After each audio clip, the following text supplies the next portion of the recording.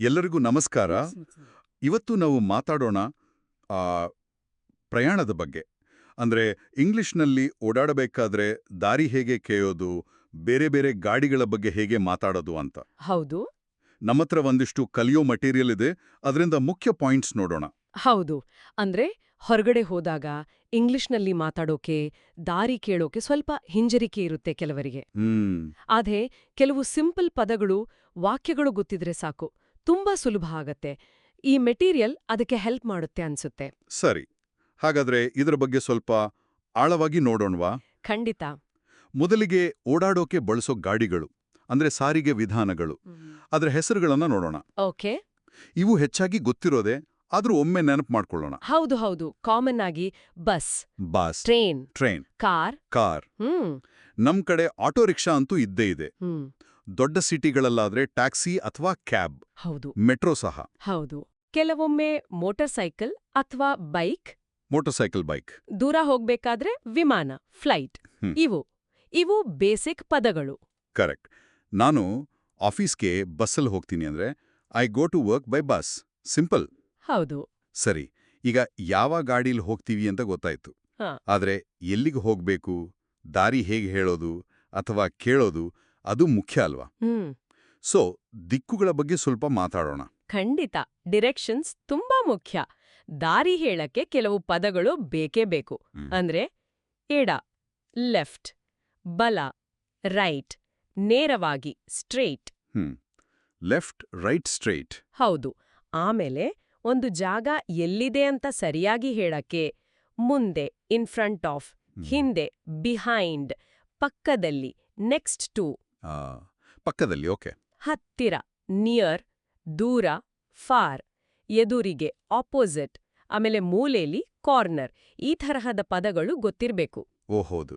ಉದಾಹರಣೆಗೆ ಮುಂದೆ ಒಂದು ಸಿಗ್ನಲ್ ಬರುತ್ತೆ, ಅಲ್ಲಿ ಲೆಫ್ಟ್ ತಗೊಳ್ಳಿ ಅಂದ್ರೆ take a left at the next signal. Correct. ಅಥವಾ ಪೋಸ್ಟ್ ಆಫೀಸ್ ಇದೆಯಲ್ಲ, ಅದರ ಪಕ್ಕದಲ್ಲೇ ಒಂದು ಕೆಫೆ ಇದೆ ಅಂತ ಹೇಳೋಕೆ the cafe is right next to the post office. ಇದು ಕ್ಲಿಯರ್ ಆಗಿರುತ್ತೆ. ಹೌದು, ಕೇಳೋರಿಗೂ ಅರ್ಥ ಆಗತ್ತೆ. ಹಾಗಾದ್ರೆ ದಾರಿ ಕೇಳಬೇಕಾದ್ರೆ ಹೇಗೆ? ಅದಕ್ಕೂ ಒಂದು ರೀತಿ ಇದೆಯಲ್ಲ? ಹೌದು, ಖಂಡಿತ. ಮುಖ್ಯವಾಗಿ ಸ್ವಲ್ಪ ಸೌಜನ್ಯ ಇರಬೇಕು. ಸುಮ್ನೆ ಎಟಿಎಂ ಎಲ್ಲಿ ಅಂತ ಕೇಳೋ ಬದಲು, ಕ್ಷಮಿಸಿ, ಇಲ್ಲಿ ಹತ್ತಿರ ಎಟಿಎಂ ಎಲ್ಲಿದೆ ಅಂದ್ರೆ excuse me, where is the nearest ATM ಅಂತ ಕೇಳಿದ್ರೆ ಚೆನ್ನಾಗಿರುತ್ತೆ. ಎಕ್ಸ್ಕ್ಯೂಸ್ ಮೀ ಬಳಸೋದು ಮುಖ್ಯ. ಹೌದು. ಅಥವಾ ಈ ರೈಲ್ವೆ ಸ್ಟೇಷನ್ಗೆ ನಾನು ಹೇಗೆ ಹೋಗಬಹುದು, how can I get to the railway station, ಈ ತರ. ಅದಕ್ಕುತ್ತರಾನೂ ಅಷ್ಟೇ ಕ್ಲಿಯರ್ ಆಗಿದ್ರೆ ಒಳ್ಳೇದು ಅಲ್ವಾ? ನಿಜ. ಹೀಗೆ ನೇರ ಹೋಗಿ ಆಮೇಲೆ ರೈಟ್ ತಿರ್ಗಿ, go straight and then turn right ಅಂತ ಸಿಂಪಲ್ ಆಗಿ ಹೇಳ್ಬೋದು. ಅಥವಾ ಇಲ್ಲಿಂದ ಒಂದು 5 ನಿಮಿಷ ನಡ್ಕೊಂಡು ಹೋದ್ರೆ ಸಿಗುತ್ತೆ. It's about a 5 minute walk from here. Correct. ಇಲ್ಲಿ ಒಂದು ಚಿಕ್ಕ ಗ್ರಾಮರ್ ಪಾಯಿಂಟ್ ಇದೆ. ಇದು ತುಂಬಾ ಜನ ತಪ್ಪು ಮಾಡ್ತಾರೆ. ಓಹೋ, ಏನೋ ಅದು? ನಾವು ಸಾರಿಗೆ ವಿಧಾನಗಳ ಬಗ್ಗೆ ಹೇಳುವಾಗ, ಅಂದ್ರೆ ಗಾಡಿಗಳ ಹೆಸರು ಹೇಳುವಾಗ ಬೈ ಅಂತ ಬಳಸ್ಬೇಕು. ಅಂದ್ರೆ by bus, by train, by car. Okay, by car. ಆದ್ರೆ ನಾವು ನಡ್ಕೊಂಡು ಹೋಗ್ತೀವಿ ಅನ್ನೋದಾದ್ರೆ ಆನ್ ಫುಟ್ ಅಂತ ಹೇಳ್ಬೇಕು, ಬೈ ಫುಟ್ ಅಲ್ಲ. ಓ ಹೌದು. ಐ ಗೋ ವಿತ್ ಬಸ್ ಅನ್ನೋದು ತಪ್ಪು. ಐ ಗೋ ಬೈ ಬಸ್ ಮತ್ತೆ I go on foot. Exactly, on foot. ಇದು ತುಂಬಾ ಕಾಮನ್ ಮಿಸ್ಟೇಕ್. ಹೌದು, ಇದನ್ನ ಗಮನದಲ್ಲಿಟ್ಕೋಬೇಕು. ಇನ್ನೊಂದು, ನೀವು ಹೇಳಿದ ಹಾಗೆ ಪ್ರಶ್ನೆ ಕೇಳುವಾಗ ಪೂರ್ತಿ ವಾಕ್ಯದಲ್ಲೂ ಕೇಳೋದು. ಹೌದು. ಸ್ಟೇಷನ್ ಎಲ್ಲಿ ಅಂತ ಕೇಳೋ ಬದಲು ವೇರ್ ಇಸ್ ದ ಸ್ಟೇಷನ್ ಅಂತ ಕೇಳಿದ್ರೆ ಸರಿ ಅನ್ನಿಸ್ತೆ. ನಿಜ. ನಾವು ಹೇಳೋದು ಸ್ಪಷ್ಟವಾಗಿದ್ರೆ ಕೇಳೋರಿಗೂ ಸುಲಭ, ಕನ್ಫ್ಯೂಷನ್ ಇರಲ್ಲ. ನೋಡಿ, ಇಂಗ್ಲಿಷ್ನಲ್ಲಿ ದಾರಿ ಕೇಳೋದು ಅಥವಾ ಹೇಳೋದು ಕಲಿಯೋದು ಬರೀ ಭಾಷೆ ಕಲಿಯೋದು ಅಷ್ಟೇ ಅಲ್ಲ, ಅದು ನಮ್ಗೆ ಹೊಸ ಜಾಗಗಳಲ್ಲಿ ಒಂಥರ ಧೈರ್ಯ ಕೊಡುತ್ತೆ ಅಲ್ವಾ? ಹೌದು, ಖಂಡಿತ. ಆತ್ಮವಿಶ್ವಾಸ ಹೆಚ್ಚಾಗುತ್ತೆ.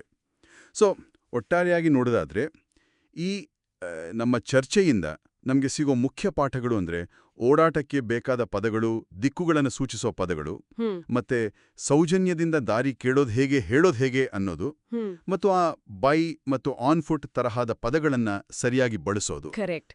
ಇದೆಲ್ಲ ಗೊತ್ತಿದ್ರೆ ಪ್ರಯಾಣ ಅದು ಸ್ವಲ್ಪ ಸುಲಭ ಅನ್ಸುತ್ತೆ, ಕಂಫರ್ಟಬಲ್ ಆಗಿರುತ್ತೆ. ಹೌದು. ಈಗ ಇದನ್ನ ಯೋಚನೆ ಮಾಡ್ತಾ ಒಂದು ವಿಷಯ ತಲೆಗೆ ಬಂತು. ಬೇರೆ ಬೇರೆ ಕಡೆ ಅಂದ್ರೆ ಬೇರೆ ಬೇರೆ ಸಂಸ್ಕೃತಿಗಳಲ್ಲಿ ದಾರಿ ಕೇಳೋವಾಗ ಅಥವಾ ಹೇಳೋವಾಗ ಈ ಸೌಜನ್ಯ, ಈ ಸ್ಪಷ್ಟತೆ ಇದೆಯಲ್ಲ, ಅದು ಹೇಗೆಲ್ಲ ಬದಲಾಗಬಹುದು? ಅದಕ್ಕೆ ಎಷ್ಟು ಪ್ರಾಮುಖ್ಯತೆ ಕೊಡ್ತಾರೆ ಅನ್ನೋದ್ರ ಬಗ್ಗೆ ಯೋಚಿಸೋದು ಕೂಡ ಒಂದು ಇಂಟ್ರೆಸ್ಟಿಂಗ್ ವಿಷಯ ಅಲ್ವಾ? ಹೌದು, ಖಂಡಿತ. ಆಯಾ ಸ್ಥಳದ ಪದ್ಧತಿಗಳು ಪರಿಣಾಮ ಬೀರುತ್ತೆ. ಯೋಚನೆ ಮಾಡಬೇಕಾದ ವಿಷಯನೇ ಅದು. नमस्कार। आज हम बात कर रहे हैं यात्रा के दौरान अंग्रेजी इस्तेमाल करने की, जी। खासकर जब दिशा पूछनी हो या बतानी हो। हमारे पास एक अंग्रेजी सिखाने वाले वीडियो स्क्रिप्ट के कुछ हिस्से हैं। हाँ, और हम कोशिश करेंगे कि उनमें से जो सबसे काम की बातें हैं उन्हें समझें। बिल्कुल। लक्ष्य यही है कि भाई अंग्रेजी बोलने वाले माहौल में बिना अटके थोड़ा आत्मविश्वास से बात कैसे करें। हाँ, ये जानकारी काफी जरूरी है उन लोगों के लिए जो ट्रैवल करते हैं या नई जगहों पर जाते हैं जहां अंग्रेजी में बात करनी पड़ती है। सही। हम देखेंगे कि कैसे बिल्कुल आसान शब्दों और वाक्यों से मतलब दिशा पूछ सकते हैं, बता सकते हैं और ट्रांसपोर्ट के बारे में भी। हाँ, तो चलो शुरू करते हैं। हाँ। सबसे पहले परिवहन के साधन। स्क्रिप्ट में क्या क्या था? हाँ, तो स्क्रिप्ट में जो आम वाहन हैं उनके नाम थे जैसे बस, ट्रेन, कार, ऑटो रिक्शा या ऑटो, टैक्सी कैब, मोटरसाइकिल जिसे बाइक भी कहते हैं, मेट्रो। साइकिल, स्लाइड या प्लेन, बोट या फेरी, मतलब जो रोजमर्रा में ज्यादातर इस्तेमाल होते हैं। ये शब्द तो शायद ज्यादातर लोग जानते होंगे। इसमें खास क्या था? शब्द जानना एक बात है, पर स्क्रिप्ट जिस चीज पर जोर दे रही थी वो था इनके साथ बाय का इस्तेमाल। अच्छा, बाय। हाँ, जैसे आई गो बाय बस या she travels by train. Script साफ कहती है कि आई गो विद बस कहना वो गलत है। ओहो, विद नहीं। ये गलती तो मैंने भी सुनी कई बार। हाँ, ये छोटी सी गलती है पर बहुत आम है, इसीलिए शायद स्क्रिप्ट इसे खास तौर पर बता रही है। ठीक है, तो वाहन के साथ बाई लगाना है, लेकिन अगर पैदल जा रहे हो तो उसके लिए कुछ अलग था शायद। बिल्कुल सही पकड़ा।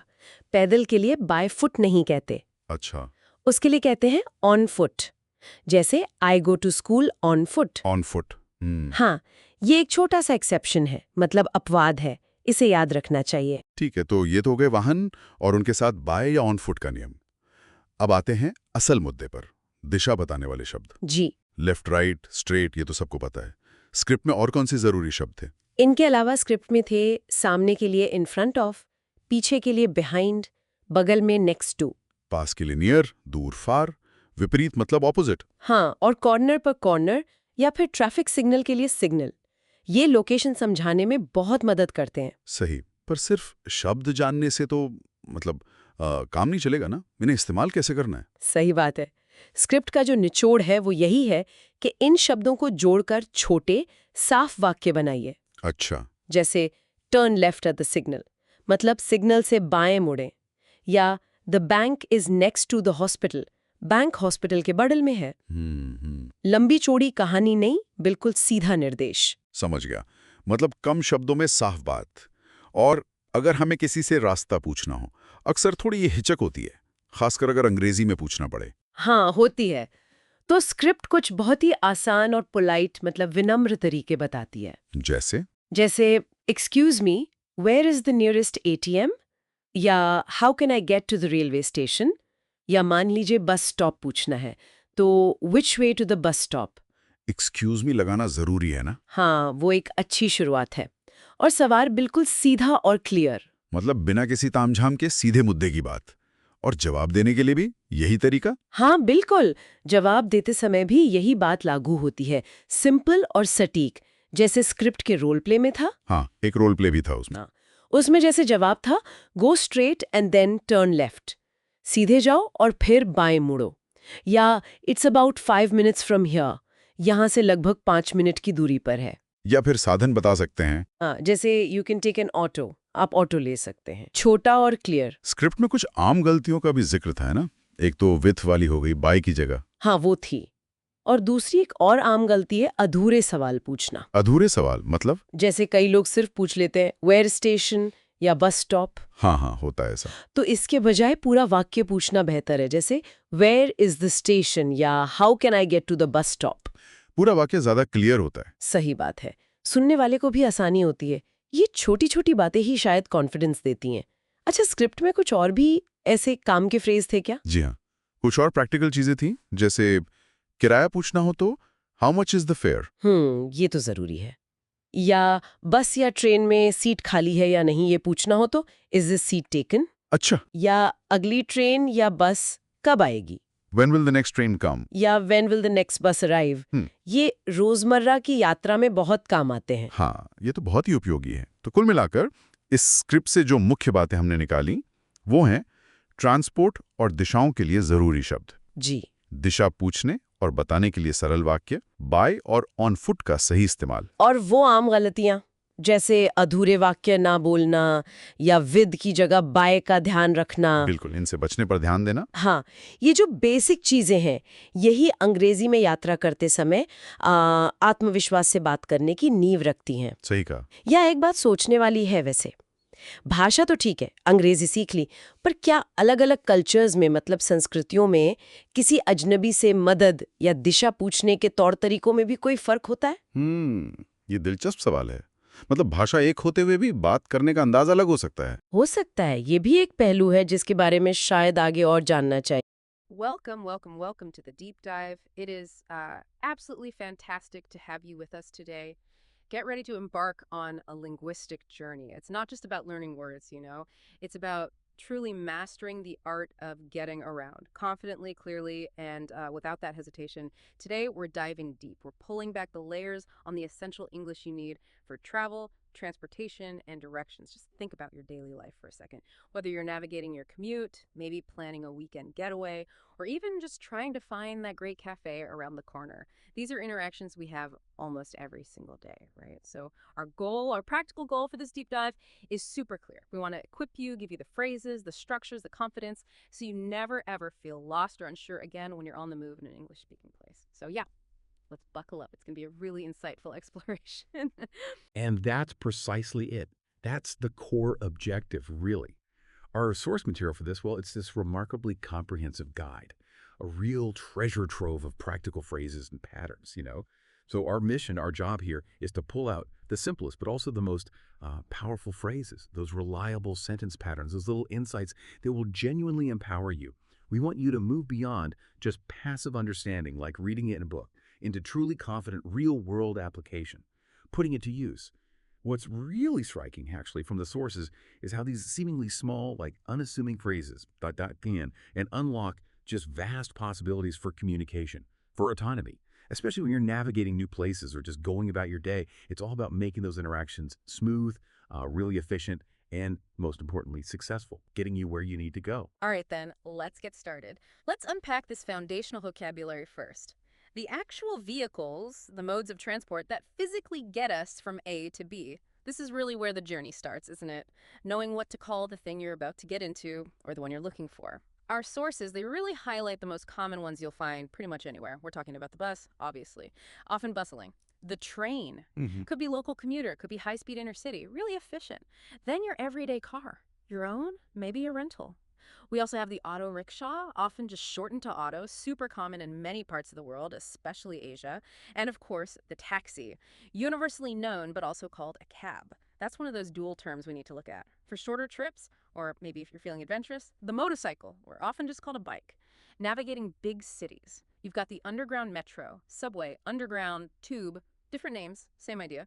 For a greener option or just a leisurely ride, the classic bicycle. And for the big trips, long distance, a flight, or, we just say a plane. Finally, crossing water commutes, island hopping, scenic routes, you've got the boat, or more specifically, maybe a ferry.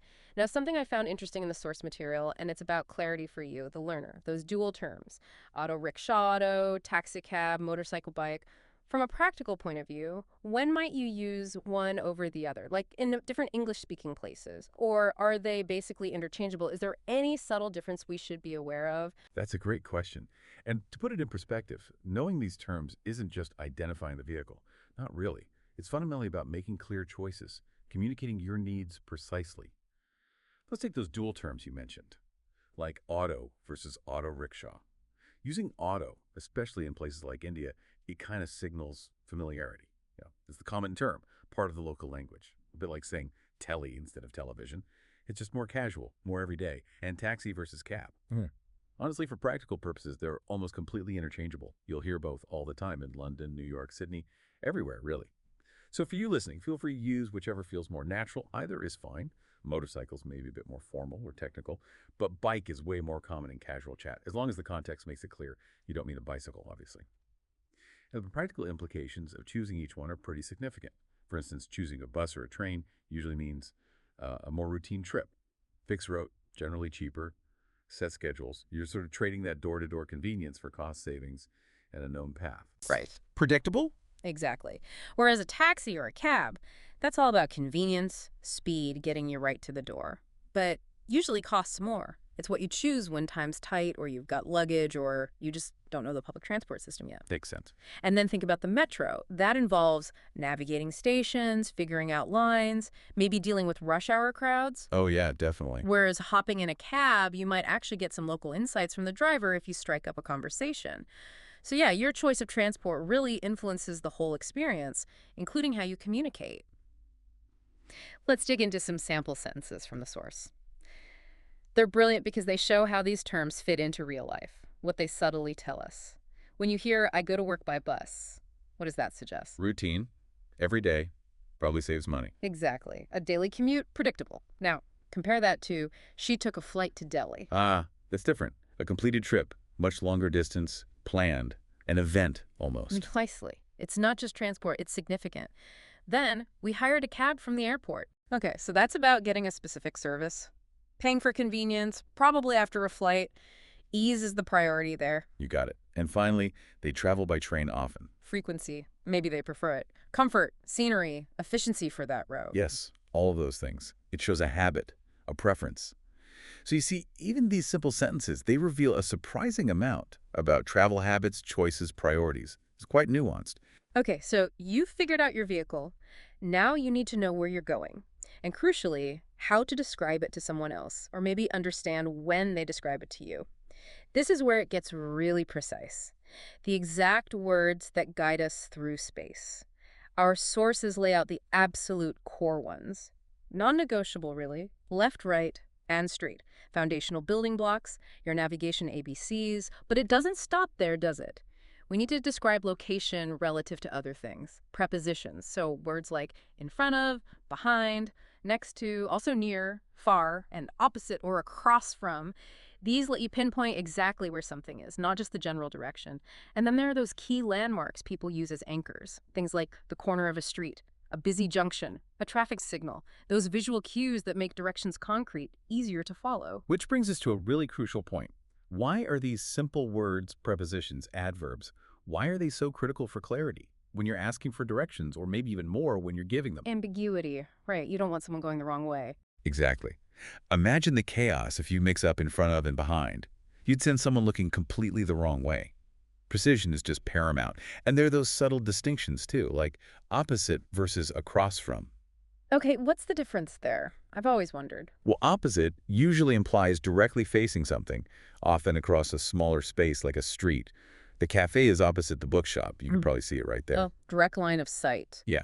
Whereas across from can be, well, across a wider space, maybe a main road, a park, a whole campus, not necessarily directly facing, just on the other side. I see. So the library is across from the park. It might be down the street a bit, but on the other side. Precisely. It's subtle, but knowing it helps avoid confusion. Yeah. It makes your English sound more precise, too. Let's look closely at the examples from our source. See this precision working. Turn left at the signal. Crystal clear, right? Yep. Action, turn left, marker. The signal, you know exactly when to do it. No guesswork needed. Then, the bank is next to the hospital. Simple relative position. Easy to spot once you find the hospital. Adjacent. Right. Then, go straight and take a right. Classic multi-step instruction. You hear that all the time. Combining the basics. Exactly. And finally, the school is behind the temple. Clear spatial relationship. It's at the back, maybe hidden from the front view. Precisely. Emphasizing these specific words just cuts out ambiguity and makes navigation much more efficient. Which is what you want, right? Yeah. Get there quickly, no wrong turns. Okay, so you've got the transport words, you've got the direction words. Now for the crunch time. How do you actually start a conversation? How do you ask someone for help when you're a bit lost? Or just need to find your way? It's one thing knowing the words, quite another putting them into a polite, clear question that actually works. Our sources give us some really useful universal questions, ready-made phrases almost. Things like, excuse me, where's the nearest ATM? That's a lifesaver sometimes. Or, how can I get to the railway station? Asking for the method. Maybe just which way to the bus stop. Point me in the right direction. And if you think you're on the right track but want to check, is this the way to MG Road? Verification. And notice that first bit. Excuse me. Absolutely vital. The polite opener? Exactly. It signals, I need help, sorry to bother you. Okay. It genuinely makes a huge difference in how people respond. Don't skip it. And what's really insightful, I think, is how these questions seek different kinds of information, the assumptions behind them. Where is? That's asking for a location, a point on the map, direct. Often implies you want something nearby. Right, like the ATM example. Yeah, but how can I get to? That's asking for a method. Instructions, a route, maybe transport advice. It's a request for a plan. More involved. A bit more involved, yes. Which way is more general. Just point me roughly right. And is this the way? So that's purely confirmation. Am I going, okay. Clarity and conciseness are just key when asking. These phrases work so well because they're direct, they're unambiguous. People understand immediately what you need. But, and this is crucial, knowing how to ask is only half the battle. Ah, yes. You need to understand the answer. Exactly. You need to be ready to process what they tell you. Our source also gives us those useful responses you're likely to hear. You might get a simple instruction, go straight and turn left, direct action. Nice and easy. Or maybe context on distance or time. It's about 5 minutes from here. Yeah. That helps manage expectations, right? Tells you if you're close. Yeah, really useful. Someone might suggest transport. You can take an auto, a practical solution if you're unsure. Or give advice with reasoning. It's too far, take a bus. That saves you a long, pointless walk. Good advice. These responses are designed for quick understanding, even if you're stressed or in a hurry. And remember, it's totally okay if you don't catch it first time. Just ask. Like, sorry, could you say that again? Exactly. Or, could you speak a bit more slowly? Or clarify, is that left before the bridge or after? Don't be afraid to ask for clarification. It's better than getting lost. Okay, let's make this real. Let's step into a quick scenario to see how it all flows. Imagine you're a tourist. New city, maybe a bit overwhelmed. You need to find the post office. Send that postcard home. Our source gives this great little dialogue, tourist and a helpful local. Let's walk through it. Tourist starts, nice and polite. Excuse me, how do I reach the post office? Local replies clearly. Go straight for 2 blocks, then turn right. Tourist wants to be sure, uses a landmark. Is it near the temple? Local confirms, clarifies. Yes, it's right opposite the temple. Tourist feels relieved. Thank you. And the local finishes warmly. You're welcome. What I love about that little exchange is how perfectly it shows the flow. Polite start, clear instruction, that really important confirmation using a landmark. It's just a natural, efficient back and forth. Very realistic. It shows communication isn't just words. It's about that interaction, that reassurance. And this interaction, it really raises an important question for us, doesn't it? Beyond the actual words, what does this kind of real-time chat reveal about effective communication when you need help? The tip from our source, speak politely and clearly. Use short, simple directions. It just nails it. Politeness, starting with, excuse me, it's fundamental. It shows respect, makes people much more willing to help, sets positive tone. Absolutely makes people stop and listen. And simplicity and clarity, they're key for understanding, especially under pressure. Maybe it's noisy, maybe the other person's busy. Complicated directions, mumbling, talking too fast. It just leads to confusion. Keep it simple. Yeah, short and sweet. And using landmarks, like the temple in the example, that's such a common, effective strategy. It gives a strong visual anchor, something concrete to look for, often much easier than finding street names in a new place. Definitely. I always look for landmarks. And it helps with that confirmation step, like the tourist asking, is it near the temple? Makes sure everyone's on the same page. Directions understood correctly. And finally, that you're welcome. It's not just politeness. It signals the end of the interaction, a positive completion, leaves a good feeling. So these little things, politeness, clarity, landmarks, a nice closing floss, they all work together for a smooth, successful interaction. Get you where you need to go. Right, let's zoom in now. Let's focus on a tiny but honestly mighty word. One that surprisingly trips people up a lot when talking transport. The preposition by. So what's the deal with by? How does it work with transport? Our source is super clear on this. The correct structure is always, I go by bus, by car, by train, by auto. And it explicitly warns against the common mistake, saying, I go with bus. That's the one to avoid. Yeah, and what's really fascinating here is the subtle, but actually quite significant difference in meaning between by and with in this specific context.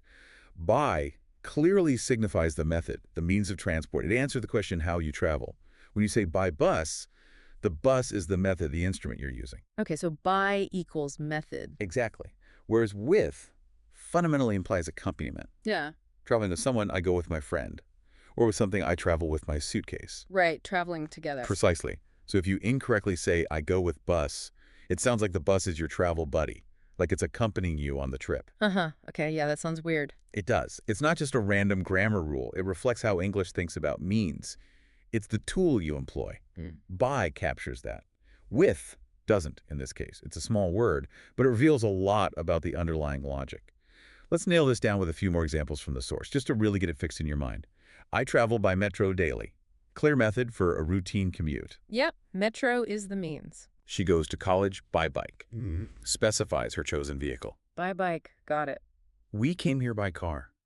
Tells us how they arrived. By car, okay. Seems straightforward when you put it like that. But there are crucial exceptions, and these are really important for sounding natural. These are where learners often stumble. The exceptions. Always exceptions. Always. For instance, you don't say by foot when you're walking. Never. You must say on foot. I go to work on foot. We explore the old city on foot. Okay, so on foot. What, on and not by? Good question. It's because foot isn't seen as a separate vehicle you use. It's direct physical action. You are the transport, moving directly on the ground. So on foot. Interesting distinction. Direct action versus using a tool. Exactly. And another one.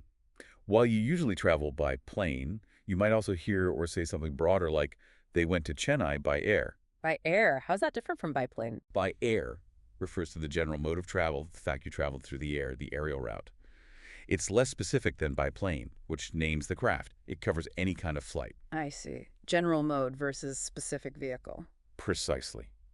Understanding these exceptions and kind of why they exist helps connect the grammar to sounding genuinely natural and clear. It gives you that extra bit of precision and confidence. Okay, moving beyond just getting directions to a place, we often need to describe our regular travel, our routines. Think about your own commute, to work, to school, wherever. How do you actually talk about that daily journey? Our source gives us some really excellent key phrases for this. To articulate that routine clearly, you might start with time. I leave home at 8 a.m. Simple start. Specify the mode and where you catch it. I take a bus from the main road. Talk about how long it takes. It takes 30 minutes to reach school. Gives context. You can add details about the conditions. The traffic is heavy in the morning. Explains things. And that really specific, useful one for public transport. I get down at the third stop, which can confuse learners sometimes. Putting these together helps you paint a really clear picture of your regular travel. Yeah, and connecting this to the bigger communication picture. These phrases are incredibly valuable. They let you build a coherent story, a narrative of your daily movements, which is essential for all sorts of conversations, isn't it? Discussing logistics, making plans, just sharing your day. Totally. Explain why you might be late. Exactly. Notice the verbs. Leave, take, reach, get down. They show a sequence. Specific actions, and adding details like traffic is heavy gives it realism. Context makes it relatable. And you highlighted get down. It's worth mentioning again, while get off is perfectly fine too. Get down is a very common phrasal verb for exiting buses, trains. It sounds very natural in many contexts. So using get down sounds a bit more idiomatic, maybe. It can, yeah. Mastering it adds a layer of authenticity, shows you're comfortable with common phrasal verbs. Right. Now, every learner hits little bumps in the road, linguistic speed bumps. In this area of travel directions, there are a few common mistakes that pop up again and again. Let's put a spotlight on them right now so you can consciously avoid them, speak more accurately. Avoiding these really polishes your English. Okay, mistake number 1, we've covered it, but it's worth repeating. Saying, I go with bike instead of the correct, I go by bike. Yes, and it really bears repeating why it's wrong, because it's such a common trap. As we said, with means accompaniment. Traveling with someone or something. Using it for a vehicle makes it sound like the bike is your friend joining you. Weird. Right. By is the preposition you need. It specifically signals the method, the means of transport. Crucial for clarity. Okay, mistake number 2. Leaving out the verb, like saying where's station, instead of the full grammatical where is the station. This is fundamental English structure, really, that brings up that question. How does leaving out a verb affect things? Well, in English questions especially, you absolutely need a verb, often to be. It's the grammatical core. Where station might be understood in a pinch, but it's incomplete. It sounds abrupt, unnatural. Not very polite either, maybe. Could be seen that way. Mm. Where is the station? Yeah. It's correct. It completes the structure, makes it a proper, clear question. Mistake number 3. Using the wrong verb form after modals like can, saying you can going straight, instead of the correct you can go straight. Another classic. Yep, very common. The rule here is elided. Modal verbs can, should, must, will, might, etc. are always followed by the base form of the verb. The infinitive without to. So can go, should leave, must turn, will arrive. No ing, no to, just the base verb. Exactly. Adding ing, like going after can, is just grammatically incorrect. You can go straight is the only right way. And mistake number 4, using an incomplete phrase, like saying I down at stop, instead of the full I get down at the stop. This one highlights 2 things, really. First, get down is the complete phrasal verb meaning to exit or alight from public transport. Down alone doesn't mean that. So get down is the unit. It functions as one unit of meaning, yes. Yeah. And second, using the article, the stop. You're usually talking about a specific stop, the next one, the last one, the one you... So the stop is more natural and specific than just stop. Makes sense. Specificity. Exactly. Omitting get makes it incomplete. Omitting the makes it sound a bit vague. Nailing these 4 common errors will really make your English sound much more polished when you're talking about getting around. Okay, let's put all this fantastic knowledge into action now. Learning isn't just passive listening, is it? It's about active engagement. Getting your mouth around the phrases, making them stick. So I really want you, listening right now, to participate. Repeat these phrases out loud after me. Let's build that muscle memory. Ready? Excuse me, where is the bus stand? Pause for repetition. Take a right and go straight. Pause for repetition. I travel by train once a week. Pause for repetition. The bank is next to the supermarket. Pause for repetition. It's a 10-minute walk from here. Pause for repetition. And what's really great about doing this, about actually saying the phrases, it isn't just boring rote memorization. Not at all. It's actively building that muscle memory for language. Your brain, your mouth, they're learning the patterns. It makes the phrases more automatic, easier to pull out when you actually need them in a conversation. Less thinking time needed. Exactly. And as you practice, really pay attention to your intonation, the music of the language, and clear pronunciation. Super important for being understood, especially in noisy places. All right, ready for a little challenge? A speaking task. Your mission, should you choose to accept it. Explain how you usually travel from your home to your school or your workplace. The catch. Do it concisely, just 5 sentences. Use everything we've talked about. Ooh, I like this challenge. It's a real test of synthesis, isn't it? It forces you to bring together everything. The transport words, the direction words, the routine phrases, the time, the correct grammar like by or on foot. It's applying all that knowledge directly to your own life, personalizing it. Yeah, makes it stick better. Definitely. It pushes you to articulate your own reality using these new tools. Great practice. And to really see it all in action, let's listen to a short story. A typical scenario. I'll read it slowly and clearly. Try to follow along, pick out the key travel details. This is Rahul's daily bus journey. Rahul lives in Bangalore, a bustling city. Every morning, he wakes up early and takes a bus to his college. The bus stop is conveniently located just near his house, making his commute relatively easy. He typically gets on bus number 301, his usual route, and travels for about 30 minutes, giving him time to prepare for classes. He gets down near his college gate, which is a very familiar start for him. Sometimes, when the city traffic is particularly heavy during rush hour, he opts to travel by metro instead, as it's a faster alternative underground. See how that little story just naturally weaves everything together? Modes of transport, bus, metro, duration 30 minutes, locations near his house, near his college gate, actions, takes a bus, gets on, travels, gets down, conditions, heavy traffic. It shows how all these elements fit into a normal everyday context. Relatable. Exactly. So let's check if you caught the details. Quick listening comprehension check. Question 1. What vehicle does Rahul usually take to college? Pause. Question 2. Roughly how long is his typical journey? Pause. And question 3. Where does he get down? Pause. So how did you do? The answers were, usually bus about 30 minutes and near his college gate. These questions check if you picked up those core details about transport, time, and location in the story. If you got them, brilliant. If not, no problem at all. Just rewind a little, listen to Rahul's story again. It's all part of the process. Okay, finally, let's equip you with a few more really indispensable phrases for those common travel situations you're almost certain to run into. Super practical, almost pro-level stuff that will make things smoother. At a busy train station, finding your train fast. Which platform is it? Essential. crucial. Paying for a ride, public transport, taxi. How much is the fare? Always good to know beforehand. Maybe even clarify the currency if you're abroad. Looking for a seat on a crowded bus or train. Politeness helps. Is this seat taken? Mm. Or maybe more direct. Can I sit here? Both work. Depends on the situation. Waiting around. Need to plan. When will the next train come? Helps manage your time. Just making an observation or maybe explaining why you're stuck. The bus is crowded. Simple statement of fact. Useful observation. And a really specific, important instruction for a taxi or auto driver. Please stop at the next signal. Tells them exactly where you want to get out. And connecting these back to the bigger picture, these aren't just about information exchange. They're also about navigating social norms, the practicalities of public spaces. Asking, is this seat taken? Shows politeness, respect for personal space. That's valued. Right, social awareness. Asking about the fare or the next train shows you're engaged. Planning your journey. Even saying the bus is crowded can be a conversation starter, or just sharing an observation. Each phrase fits a context.